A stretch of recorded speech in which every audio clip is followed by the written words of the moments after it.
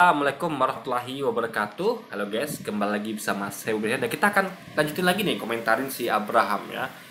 Sebagai channel edukasi kita nggak perlu lah komentari komentar yang masuk di video saya. Hai kadun biadab, ini sekali lagi jadi orangnya rasis guys. Jadi biasanya orang-orang ini ya, sebenarnya orang teman-teman Kristen ini baik-baik sebenarnya kan, baik-baik. Tapi ada satu dua yang kayak gini guys, yang nggak baik, yang rasis tuh ada. Dan bukan hanya di umat Kristiani ya, di tiap-tiap agama tuh ada umat yang rasis tuh ada. Nah, jadi kebetulan ini kita temukan di teman-teman kita yang Kristiani ada satu orang nih kita temukan. Sebenarnya ada cukup banyak juga guys, tapi yang orang ini yang kita bahas ya. Kadun biadab ini adalah, ingat ya, setiap ada kata-kata yang menyamakan orang dengan binatang ya. Ada kadun ini kan kata gurun, apalagi ada sesi gurun. Gurun itu adalah tempat kelahiran Nabi di Arab.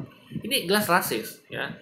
Berarti rasisnya total guys. Jadi ada nama binatangnya yaitu kata kadal dan gurun. Kadalnya kata gurun lagi kan, tempat kelahiran Nabi. Jadi rasisnya kena kepada hewan dan juga kepada suku gitu ya, suku Arab. Ini rasis total namanya guys. Nah, inilah perlunya negara ini agama tuh jangan hanya mengajarkan tentang tentang hal-hal yang bersifat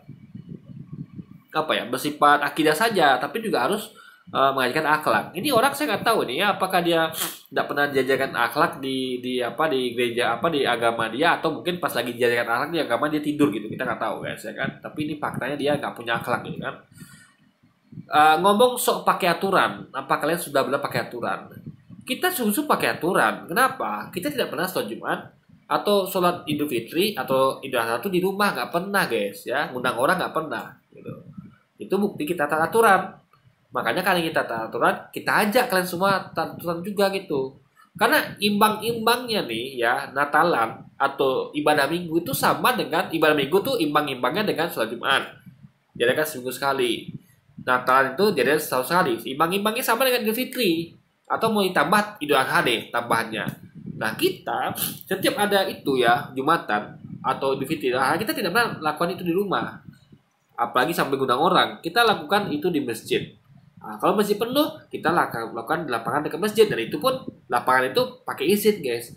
Jadi alasannya adalah karena masjid penuh, gak dapat nampung jemaah, kita adakan di lapangan. Gitu. Jadi kita tuh tak aturan sekali. Gak pernah ada akan temukan ya, sepanjang sejarah itu ya, orang Islam itu yang sholat Idul Fitri, Idul Adha atau Jumatan itu di rumah, nggak pernah. Apalagi undang orang nggak pernah guys. Cuman kalian saja begitu. Makanya kita ingatkan bahwa ini melanggar aturan. Kita taat aturan, maka kita berani ingatkan gitu kan. Nah, di situ poinnya. Jadi kita nih nggak sok pakai aturan. Kita memang sudah sangat teratur gitu kan. Mau bilang apa lagi gitu.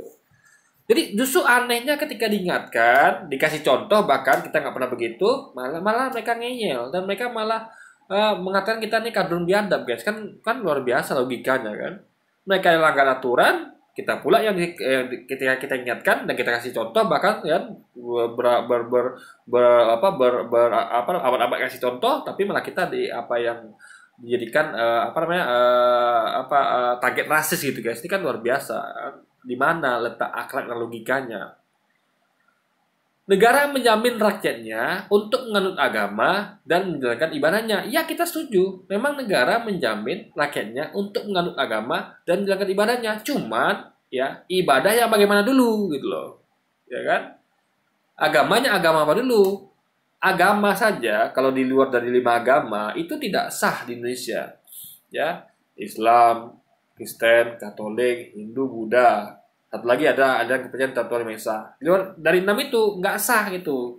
Misalnya ada agama penyembah setan, ya nggak bisa gitu kan. Jadi agama tuh jadi dijaminnya nganut agama ya. Nah, walaupun kedua dan menjalankan ibadahnya. Nah, dalam hal menjalankan ibadah ini ada aturannya, nggak bisa sembarangan. Makanya gereja itu nggak sembarangan dibangun, ada izinnya, izin mendirikan gereja.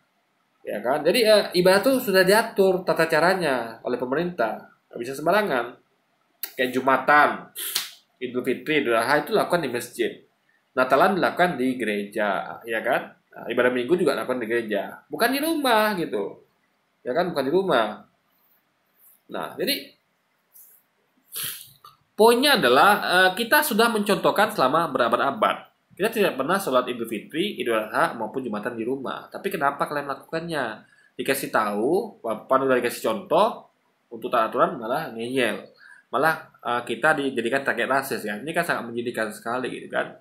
Jadi bukan menjalankan ibadah sebebasnya. Nggak ada di situ kata apa sebebasnya ya.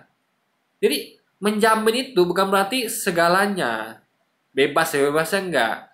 Selama masih sesuai dengan kaidah aturan yang berlaku, ya kan? Jadi apa namanya?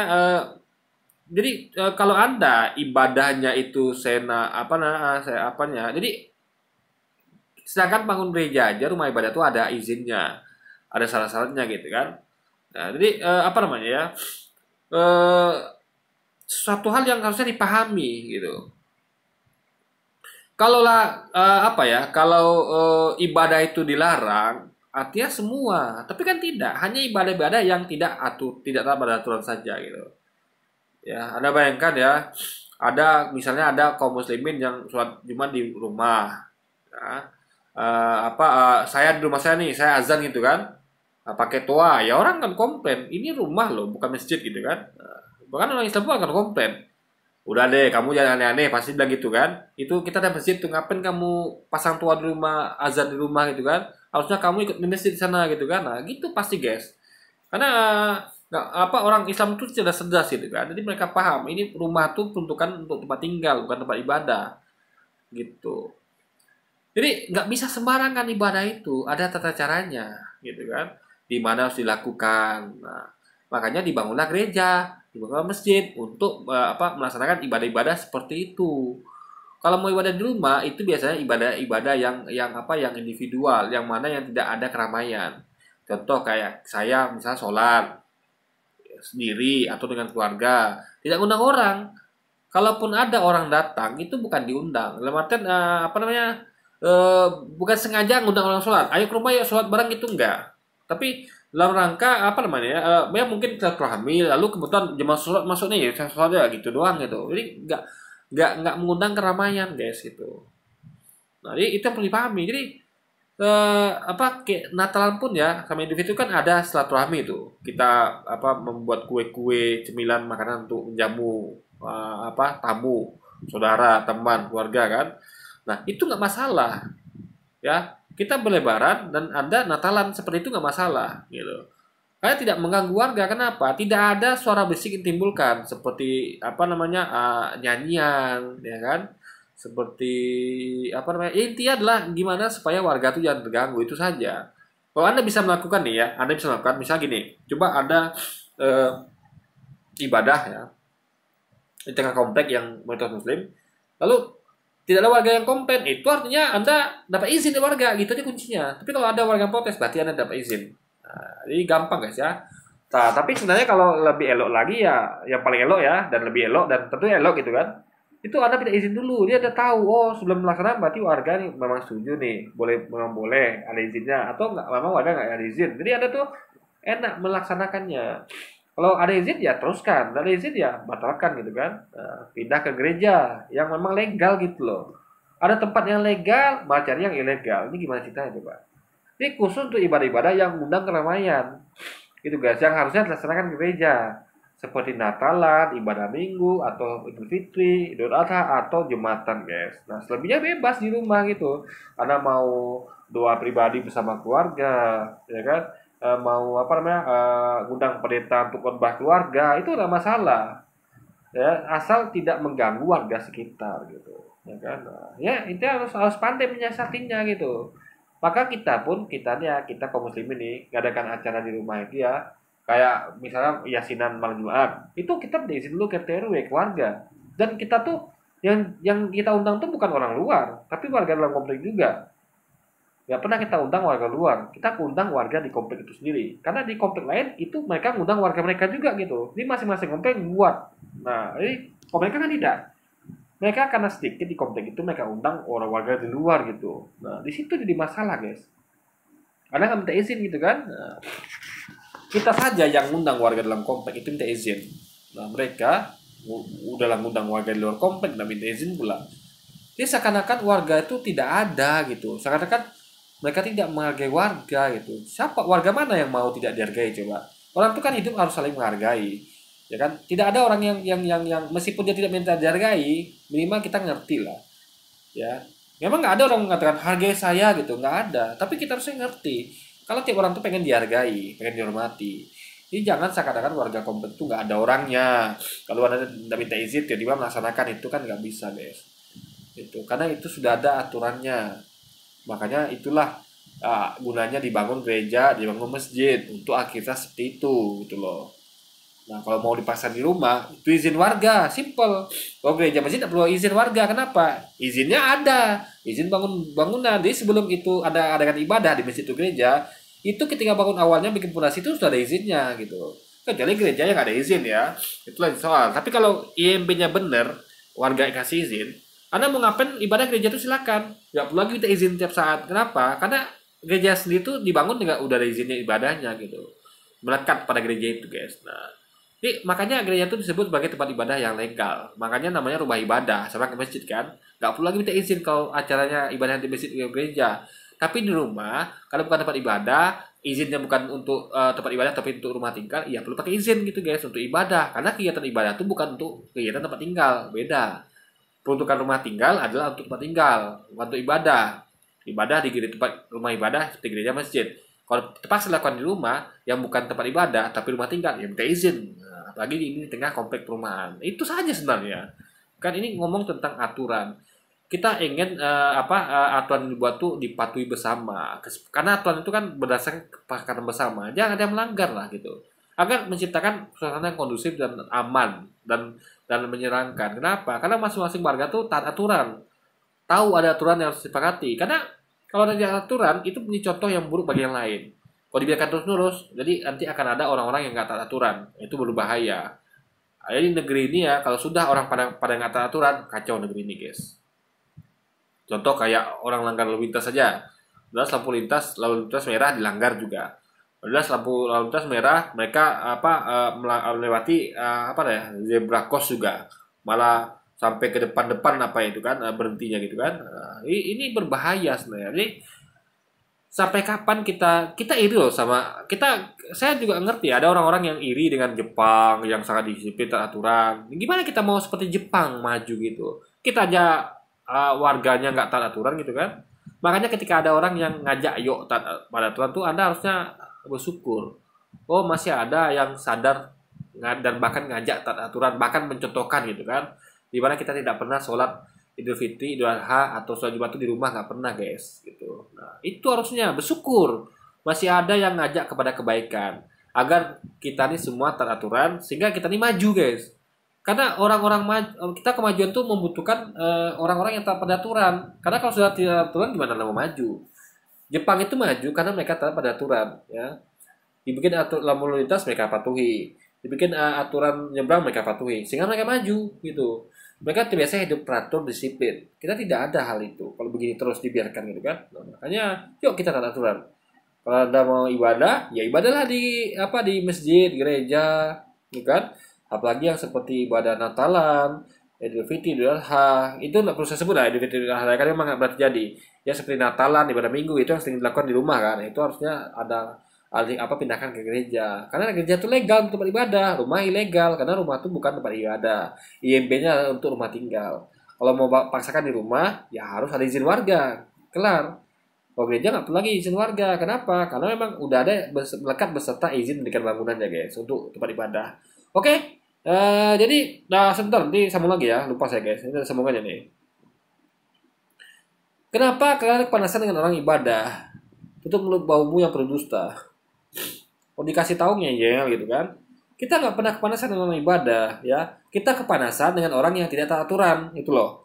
Karena kalau begini terus ya, sampai kapan kita jadi negeri yang nggak maju? Karena tidak taat aturan. Ada orang nggak taat aturan dibiarkan gitu kan. Sampai kapan? Apa kita mau jadi gini-gini aja kan tidak gitu. Karena kemajuan suatu negeri itu dimulai dari orang-orang yang taat aturan. Seperti Jepang contohnya atau negara-negara maju itu mereka semua taat aturan, guys. Bahkan mereka tidak perlu lagi dihimbau, tidak perlu lagi mereka tuh ditegur, tidak perlu lagi. Semua sudah langsung taat aturan. Buang sampah pada tempatnya, ibadah pada tempatnya gitu kan. Sehingga tidak ada konflik di sana gitu. Semuanya adem karena semua tuh tahu porsi masing-masing. Tahu aturannya itu dan mereka tidak melanggarnya. Itulah makanya suasananya tuh itulah tercipta menjadi adab aman, kondusif dan nyaman karena semuanya pada aturan. Setelah ini kalau mau jangan ada lagi ibadah sholat id dan sholat jumat jangan pakai jalan. Nah ini dia nggak paham ya. Sholat jumat dan sholat id itu di masjid nggak di jalan. Nah kalau Anda temukan ada sholat id dan sholat jumat itu biasanya di jalan, itu biasanya di luar negeri, di tempat yang memang nggak ada masjid atau masjidnya tuh jauh berpuluh kilometer ya.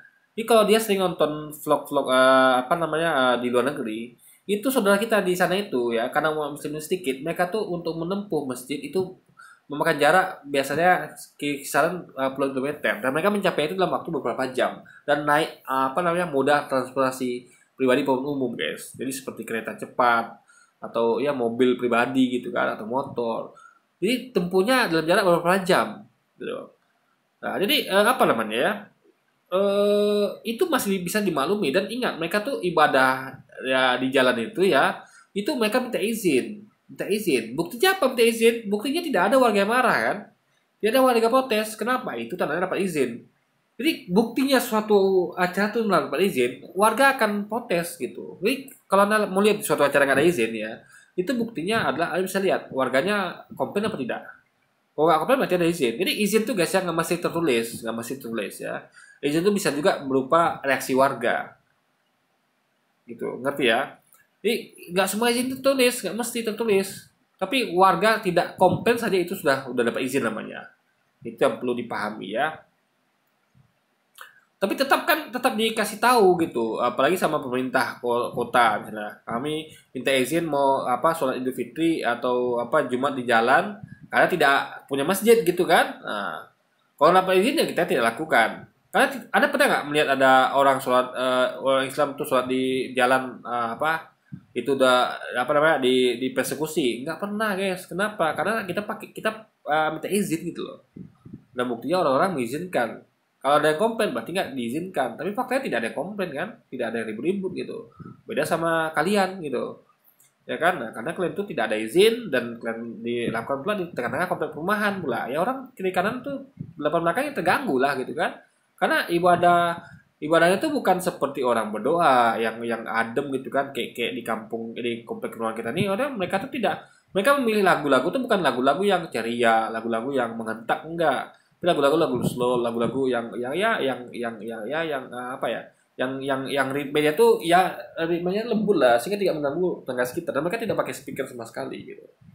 Dan mereka tidak pernah mengundang terlalu banyak orang, mereka masih membatasi kapasitas. Jadi saya perhatikan ya, itu kalau mereka ada acara itu nggak sampai bahkan 30 orang guys, nggak sampai guys.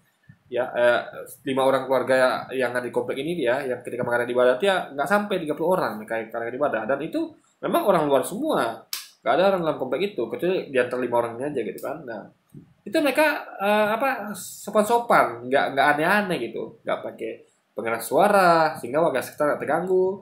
Lagu-lagu dipilih pun adalah lagu-lagu yang lembut, tidak lagu-lagu yang menghentak atau yang berisik gitu kan. Nah dan mereka parkir motor pun rapi, nggak memakan badan jalan gitu. Mereka betul-betul parkir di pekarangan rumahnya dan disusun rapi motornya sehingga tidak ada yang sampai mengganggu akses warga lewat guys. Nah di situ.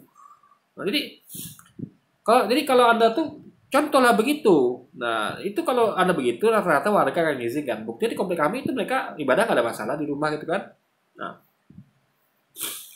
makanya intinya sebenarnya adalah izin warga, itu saja kuncinya. Ya. Jadi kalau Anda mau ibadah di rumah, ya silakan saja atas izin warga. Ya, kalau di gereja nggak perlu lagi izin karena itu melekat sama izin IMB-nya sudah sekaligus itu adalah untuk ibadah gitu kan. Nah, itu aja sebenarnya poinnya, guys. Jadi jangan pula larinya kepada umat Islam pula karena kita tuh ya kalau Anda lihat ya, kita tuh ibadah sholat Jumat dan selagi itu selalu di masjid gitu. Di Indonesia terutama ya, coba deh Anda lihat ada nggak orang sholat di jalan Idul Fitri ya sama Jumat ini nggak ada guys ya. Itu jadinya ada di luar negeri dan itu pun karena memang masjidnya jauh. Kalau kan tidak begitu, gereja itu guys ya nggak ada yang sampai kayak puluhan kilometer tuh nggak ada. Kayak di sini contoh ya, di sini kan, ini Kampar ini kan sebenarnya kan daerah Kampar nih ya, Kabupaten Kampar tempat saya tinggal ini. Itu memang apa namanya, memang kental Islamnya. Tapi gereja itu di sini cukup banyak di sini. Tidak apa ibaratnya tidak jauh-jauh amat. Contoh di kompleks kita ini memang nggak ada gereja. Kenapa? Karena umat Kristennya 5 orang, 5 keluarga, guys. Gimana mau bikin gereja coba? Bangun gereja mereka. Nah, mereka bangun gereja di kompleks sebelah. Jadi kira-kira berapa ya? Kalau naik motor paling 5 menit nggak sampai, guys, ke kompleks sebelah itu, ya kan? Kalau jalan kaki paling nggak sampai 20 menit, ya kan? Kalau jalan kaki. Jadi dekat gitu, kompleks sebelah, dan kebetulan kompleks sebelah itu memang mayoritas Kristen gitu kan, makanya mereka di situ bikin bikin gereja karena gampang dapat izinnya gitu. Jadi nggak sampai kayak kita. Jadi kalau begitu gimana mereka buat alasan kalau ya apa ibadah jalan? Nggak mungkin. Tapi kalau kita di luar negeri itu memang jalan masjid itu jauh sekali. Ya, bisa masjid itu bisa hitung dengan jari. Tapi kalau kita tidak, gereja cukup banyak di Indonesia gini kan. Jadi intinya adalah sesuatu yang sebenarnya tergantung izin warga sekali lagi. Kalau Anda bisa beribadah di rumah, ya, tapi tidak ada warga komplain ya silakan. Tapi kalau ada warga komplain, ya Anda harus paham, ya kan? Itu komplek bukan punya Anda, bukan punya nenek moyang Anda, tapi punya bersama dengan warga. Sehingga suara warga harus diperhatikan gitu loh. Jangan mentang-mentang itu demi kepentingan Anda atau teman-teman Anda, warga dikorbankan gitu, nggak bisa dong. Ya kan? Nah, makanya perlu izin warga dan perlulah kita tuh guyup sama warga. Ya, dekat sama warga, akrab sama warga. Jangan cari konflik dengan warga, jangan. Dan itu bukan hanya berlaku untuk agama Kristen ya, tapi juga agama Islam. Misalnya kayak di daerah-daerah apa namanya, kalau kalau apa ya kita jangan buat aneh-aneh gitu. Minta izin sama teman-teman kita yang beda agama di sana. Kalau apa izin ya sudah, kita nggak usah laksanakan gitu kan. Selesai habis perkara, guys. Oke, jadi sesimpel itu gitu. Oke, jadi mungkin sekian dulu aja video kita kali ini, guys ya. Sampai jumpa lagi di video selanjutnya. Wassalamualaikum warahmatullahi wabarakatuh, guys.